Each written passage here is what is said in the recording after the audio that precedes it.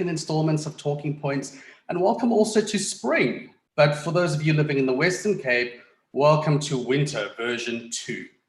We are online every Wednesday at 1 p.m. to discuss everything relating to investments in business, buying and owning properties, trusts, precious metals, and many other aspects relating to wealth creation.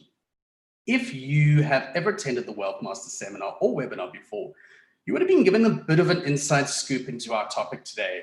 But if you haven't, do not worry. There is another webinar happening this Saturday. It's a full day webinar. We'll learn all about creating and keeping your wealth. But I'll tell you a little bit more about that at the end. The idea here today is to create a platform for you to ask your questions, interact with our experts, and share your opinions while expanding your knowledge on the topic. We will ask all of your questions live as they come through, and remember, there really are no bad questions. So feel free to pop your question in the YouTube chat box and we'll get to as many as possible. Now, before I begin, I must let you know that we are at the mercy of our land's infrastructure. As you can see, I'm in a slightly different environment today because of load shedding. So if Eskom or the internet providers do decide to cut us off at any point, we sincerely apologize, but we will arrange to record the broadcast and upload it to YouTube so you do not miss out. My name is Damien Anderson, and this week we're going to be talking about something that we're all aware of, some of us pay, and combined we all loathe it. And that is, of course, tax. But why do we pay tax? Who really benefits? And is there a way to pay zero tax and not go to jail? We're joined today by Cassie Henning, who has always had a love for numbers and joined Destinata Accounting way back in 2010.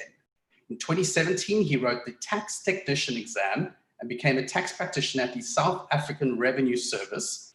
And he is also a registered member of the South African Institute of Taxpayers. So this is someone who really knows what they're talking about. Cassie is currently filling the role as the wealth coach with the Wealth Masters Club, and he will be the first point of contact should you join the club and wish to speak to somebody. Everybody, please welcome Cassie. Cassie, thank you so much for joining. Hi, Damien. Thank you for having me. Absolutely. Now, Cassie, everyone always says that there's only two definites in life, and that is death and taxes. But did you know that there's also one difference between death and taxes? The thing is, death doesn't get any worse every time government gets together, but tax definitely does. It does. Yes, it gets much worse. Telling you. So, speaking of the bad, it's time to get to the good and to learn how to improve and look after ourselves. Now, diving into the very first question, I have always paid tax as an employee through an employer. And through the years, obviously, your salary changes and your circumstances changes. So my tax that I've paid has continually changed, and I could never really plan for it or know what would happen. Why is it that our taxes are always fluctuating and changing?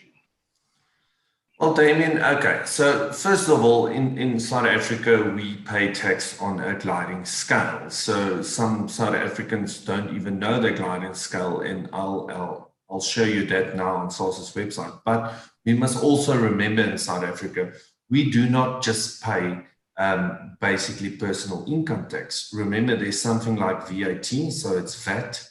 There's carbon tax, there's sugar tax, there's capital gains tax, transfer duty. So in South Africa, we're actually paying much more than basically just normal tax. So if we have a look at our personal tax rates, and this is now basically for 1 March until 28 Feb 2021, that is our tax rates. So each year, the government, with the budget speech, obviously, do a recon on the taxes, and then they decide basically what percentage each person will basically pay. So as you can see there, the first 205,900 is taxable at 18%, and then go on to up to where you can basically pay 45%, and that's the highest tax bracket. So a lot of us are actually paying a lot of taxes, but each year it changes because the government obviously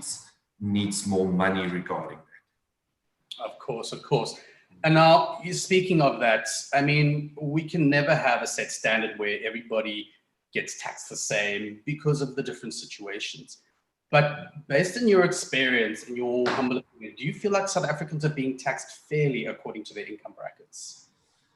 Well, to tell you the truth, no, not at this stage. If you, and we don't want to talk politics, but if you look at that, the way that our taxes are spent, then people are getting mad and feel like they are paying too much tax. And there's ways that we can minimize that, but I mean, South Africans at this stage feel they pay way too much tax. Absolutely. And now, I mean, we've looked at the personal tax and how we are taxed. Are there different ways to pay tax, if not in your personal name, you know, like you said, with all the other taxes added on? Is there another way that we could pay tax as a person or a business or anything like that?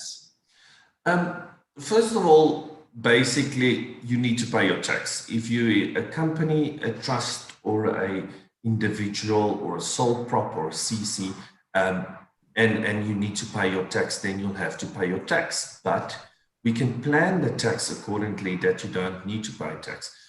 Say, for instance, this was now provisional season that ended now 31 August. So if you were a provisional taxpayer, you will pay twice a year because they make a provision for you to pay tax twice a year. But yes, there are different ways of paying tax or lower tax. Tax is always a given, but it depends on the structure and how you're going to plan your tax regarding it. Speaking of planning tax, I think that leads me into a joke I've heard before where they say tax turns people into the biggest liars, which is true. Every time there's a tax, yeah. Amazing what people can claim. But do you know what else turns people into the biggest liars? No. What? It's fishing. Because that's always when they're on the boat, it's this big. Okay, everybody's going to tell they pay so much tax and they caught this big fish. So, yeah. Exactly. Now, but you don't pay that much tax. Exactly. Through the Wealth Masters Club, we have a lot of business owners, and I can guarantee you that most, if not all of them, agree that they are paying far too much tax. Yes. Is there a way as a business to reduce your tax? Yes, absolutely. And that's one thing the Wealth Mastery Way can learn you is how to structure your business with a trust and to get the most benefit out of your company. I mean, the only way you can get money basically out of a company is basically with a salary, or you get a director's fee. But that's basically the only ways you can get your money out. Everything else is going to be seen as a fringe benefit. But then we bring in a trust into the equation, and then a trust and a company can talk to each other, and there's definitely a way that we can reduce the company tax with that. But it's something we can discuss maybe later on in a full-on session on how to reduce your company tax with a trust. Sure. Just on that point, Cassie, I mean, I've always known a trust as someone, as a person, an actual person can belong to a trust. Can a trust be a company as well? No, a trust and a company are two separate legal entities. So you'll get a company and you'll get a trust. It's like a legal person. So they can't merge. But a PTY shareholding, and that's the ownership of a PTY, can definitely belong to a trust. And that's the way it should be, because you don't want that shareholding in your name, first of all. That gets us back to the Wealth Mastery Way as well. But the trust can be the shareholder of that company. So basically the owner of that company. Fantastic. And now the Wealth Masters Way, you know, it all started around property and investing in property and how to do that. So can you just tell us a little bit more about property transfer rates and how we tax those and how do those work? Yeah, this is a very good question, because sometimes people come to me and say, oh, I've got this property, I want to transfer it into a trust. What is it again? 3%, 10%, or even some of the clients tell me, listen, it's more to transfer. The transfer cost is more, or duty is more when it goes to a trust. It's not. It's still the same. And I'm quickly going to share that screen as well with you, where you can say, listen, okay, there's our transfer duties. So the first R1 million transfer duties, remember this is that you pay SARS, the transfer duty that you pay SARS. You're still going to pay your transferring attorney to do the job for you. Okay, so your conveyancing and that will still be charged, but this is what you pay SARS actually. This is another tax we're talking about here. So it's the same if you buy it in a company or personal name or in a trust. It's everywhere the same. So there's your transfer duty scale. Obviously, the first R1,000,000 is transfer duty free, and that's very nice because you can buy a nice townhouse for below R1,000,000 and that will work perfectly in your wealth mastery way.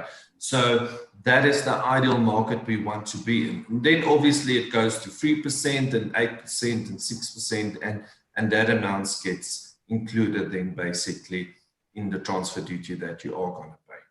So it's easy. You can actually just go to SARS's website and have a look on the transfer duties on there.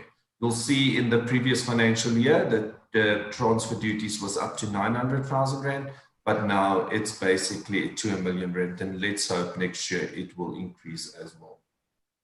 I may be throwing a span in the works here, Cassie, but why is it, do you think, that government has put this in place that up to R1,000,000 Rand now you don't pay that tax? Well, basically, that is again an initiative from government to get the economy growing full. So your lower income bracket or middle class income bracket, that's the typical house that you will buy. You can afford maybe R1,000,000 Rand house, your repayment on that, and that's again, they don't want to overtax us there again and stimulate the economy obviously as well. The more, the higher the value, the more money you'll have and the more tax you unfortunately have to pay to them. Exactly. And I mean, it's interesting to hear somebody say this, like saying about how government is giving us something back as a taxpayer or giving us this bracket, which, we love. And it's great to know that there are ways to, take advantage of this and utilize it for, the greater good of everybody else. Absolutely, yes. We mentioned taxes and trust a little bit before, but next week we're going to talk trusts more in detail. But I know there's a lot of questions from the South African people who watch us and who listen to everything about Wealth Masters. And we've always been big advocates on trusts and setting up trusts and using trusts as a ways and means around working and planning your taxes. But if you look at it grassroots, we are being taxed 45% on a trust. Now, to me, that seems absolutely crazy that we would then want to advocate for people to go and buy property in a trust if that is the tax rate or the percentage we're going to pay. Why is it then that we are doing this and telling people to buy property in trust if that is the rate? Well, Damien, with my 10 years experience at Wealth Masters or Destinato Accounting, basically, I have seen very little of our clients basically paying tax in a trust. And that's because of our conduit principle. So the conduit principle just basically says, you can take the tax liability from the trust and you can give it to a beneficiary. And that beneficiary can then pay the tax in their name if there is tax payable in that. Okay, so I guess it's the same situation where just because it's written, it is not necessarily the case. Absolutely. I guess it's not set in stone. Exactly, and that's what people need to hear. And we never get taught these things in school. It's not something that you learn in grade 7, this is tax, grade 8, this is how to pay tax, grade 9, this is how to plan around tax. So, it's great that we have a way that someone can come and say, look, I don't understand, help me, this is what we need. And just jumping on to the next question, there has been a lot of concern from those who've attended the webinars that, we also keep saying, buy new properties, buy a new property in the trust, but is that not going to shoot your tax up? Is it really the case? How do you keep buying properties without your taxes raising? Well, basically buying a new property in your trust will lower your tax. Okay, so first of all, buying a new property, you're getting, and in the wealth mastery way, we buy it with the bank's money. So buying of the bank's money, we've got that interest portion on that mortgage bond or that home loan that we get. We can then basically use that interest portion as a deduction. But to go further, if you buy 5 brand new properties, then there's another section in the Income Tax Act, and that's called Section 13(6) basically.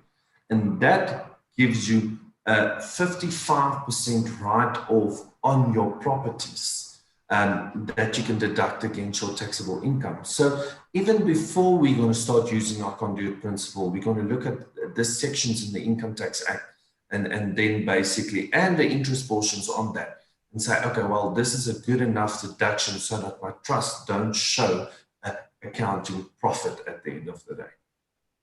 Sure. Okay. And then in terms of, if we are using, you mentioned the bank's money, is there a limit to how many home loans you can have or how many banks you can utilize their money for to keep growing your portfolio?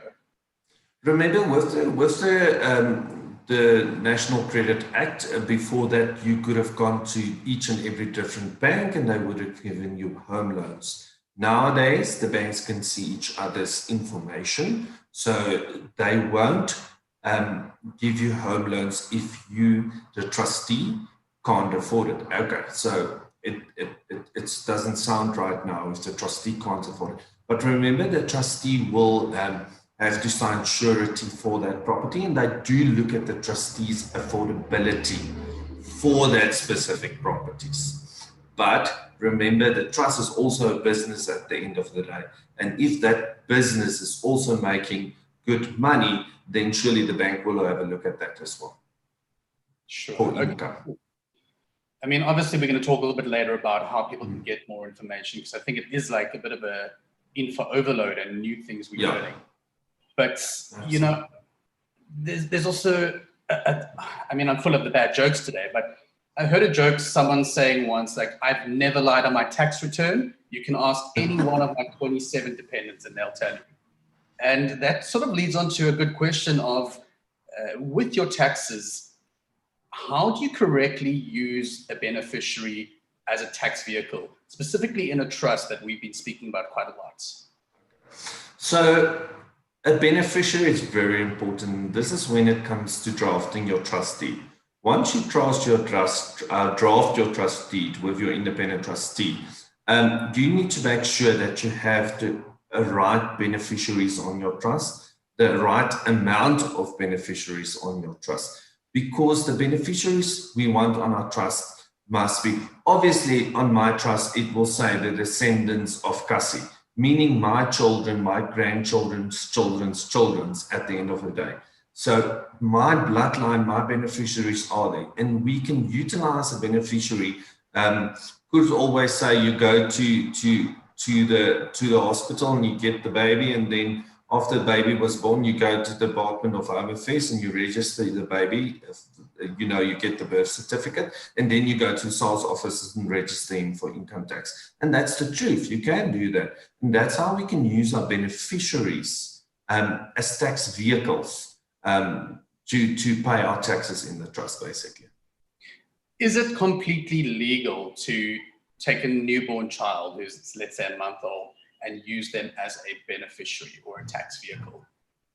Okay, so we spoke briefly about the conduit principle. So let's start with the conduit principle. So the conduit principle said, I'm allowed to take my tax liability and use the beneficiaries of the trust and declare the tax in the beneficiary's name.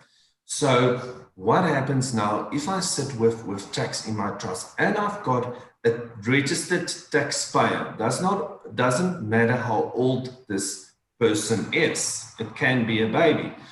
If that is a registered taxpayer, then that taxpayer is allowed to receive that benefit out of that trust. So in this case, in South Africa, the first 83,100 is basically tax-free. So if I made 83,100 worth of profits in my trust, I can distribute it to my child. He's under the tax threshold, and that means I pay zero tax. And that is tax law. It's not tax evasion, tax Yeah, we don't evade the tax here. That is tax law. That's the conduit principle. And that is what we use to minimize our tax and do our tax planning accordingly. So going back to the joke, maybe having 27 kids is actually a great idea, because one of our ex-presidents got many children, so we wonder why. It all makes sense now. We can look at that and say, okay, 23 times the benefit. Why not? Why would someone not want to do that? Well, if you have 10, it's 830,000 Rand, something that you can distribute out. Worth of profit, and you won't pay a cent. Up until what age does that whole principle then come into play for a beneficiary? Okay, so a beneficiary can be parents, can be grandparents as well. So if I look after my parents, my mother or grandmother or father, grandfather, and they don't have an income, I can still use them. It's just when the beneficiary starts to earn its own income, we're going to go back to our gliding scale, and he's going to start paying tax on that. So even though if your beneficiary is earning some money already, and you add more tax onto him at the end of the financial year, you might still be in a lower tax bracket. Let's call it 18%, then the 45%, or the 28% in a company. So your tax planning is very important here, and the beneficiary. Fantastic. Cassie, we've had a question come in from Jerome, who says, if you have a new PTY limited with no financial statements or history, is it possible, and how do you obtain a home loan from a bank? Is that something you're able to answer? It's quite similar with a new trust at the end of the day. First of all, I won't buy a property in a PTY. That's why we use trust. But yes, they look at the directors or the trustees of the trust. Okay, fantastic. And we've just got a few more minutes left before we end, but all of these ideas are based around saving tax or paying less tax, let's put it that way. Do you feel, as a South African, if you pay less or don't pay tax, or let's use the word plan your tax, are you not feeling that you are then going to be unpatriotic to your country? Are you not saying to the government, well, I don't want to help you, this is all about me? What are your thoughts on that? Well, basically, in the webinar seminar, Kut also talks about the Westminster, the Duke of Westminster, and it all started with him where he went to court and said, listen, I want to plan my tax accordingly. And the courts turned around and said to them, well, you are allowed to do that. So in South Africa, it's a law where they state we are allowed to plan our tax accordingly and not pay just the tax that I want to decide. It's our right to plan our tax. So no, I don't feel unpatriotic because I'm doing my tax planning 100% correctly. And Cassie, I mean, like I said earlier, we never get taught these things in school. This is not something we know. And I think there's a lot of South Africans who feel almost a little bit embarrassed or shy to come out and say, I don't understand tax. I don't know how to do it properly. I don't know how to get the right benefits. Yes. Where can they find more information? What is the right channel? Do you suggest that they Google it and look for more information, or rather just say, you know what, let me get a professional and try and do it that way? Well, it's quite easy. You can go to destinataholdings.com and you go to the info page and you'll find Destinata Accounting there, and you can contact us from the website, and basically we will get in touch with you to do your tax planning for you. Amazing. Yeah, and save you obviously all the tax that you need to pay. Which is exactly what we want. And a little bit of a punt, for Destinata Accounting or for yourself, what are your sort of core focuses in terms of tax? Which segments or industries do you work? We do everything from personal tax, company tax, and then obviously specialize in trust tax, and we do our crypto tax as well. Amazing. And that's something we haven't actually spoken about today, but we will get to it at another point. But just very, very briefly, in terms of crypto tax, does a South African need to supply the details of the crypto? Is this a legal requirement yet in South Africa, or are they still not worried about it? No. Any cryptos that you have, you can have one Bitcoin or a third of a Bitcoin. You need to declare it to SARS. It's not to say that you're going to pay tax on it, but it's like an investment. So you need to tell SARS that you have that investment. Even though you haven't made a cent on it, you need to tell SARS about it. You need to declare. So based on their new rulings, is that now are you playing illegally if you do not declare that in your tax? Yes. Yeah. In my meaning, yes, you are playing or trading illegally if you don't declare your cryptos to SARS, yes. Well, there we have it. Thank you so much for joining us today, Cassie. Unfortunately, we had to keep it pretty brief today, but what we're going to do in the coming weeks is we're going to drill down on specific aspects of the discussion we had today. So make sure you like and subscribe, and then you'll get all the information coming soon. We are online every Wednesday at 1 p.m., so feel free to join us next week and ask your questions. This video and all the others will be available on YouTube for you to share with any of your friends or colleagues. So anything you may have heard today that might be interesting to somebody else, please share it with them and they'll get all that information. Cassie, before I close out, like I said, myself and many South Africans, we do not understand tax, and it's something that we are too scared to always say that we can't do. So I'm sure a lot of people will come, they'll look for Destinata Accounting online and get in touch with you guys, and then you guys can assist them and just help everybody go forward. Absolutely, we will do that. Thanks. Wonderful. And if today's discussion piqued your interest and you want to find out more about how to plan tax, then you need to visit www.wealthmastersclub.com. And on the homepage to the left, you'll see on the right, actually, sorry, you'll see a little box that says book for the next full day webinar, which is going to be held this Saturday on the 5th of September. Now, please do yourself your favor and register. Already hundreds of thousands of people have attended this webinar in different formats before. And they have learned so much about how to not only create wealth, but keep the wealth by working smartly with your taxes. Kurt and Tony are going to take you through everything you need to know and open your mind to a whole new world about property, tax, trust, and so much more. Please like and subscribe to the Wealth Masters TV YouTube channel and click on the bell icon. That way you'll be notified of the next upcoming chats so you don't miss a thing. Cassie, thank you once again for definitely sharing so much information that I know my mind has opened a bit more, but I'm sure there's going to be a lot more. And we look forward to chatting to you soon. Thank you so much. Everybody have a wonderful spring, and we will see you again next week. Bye-bye.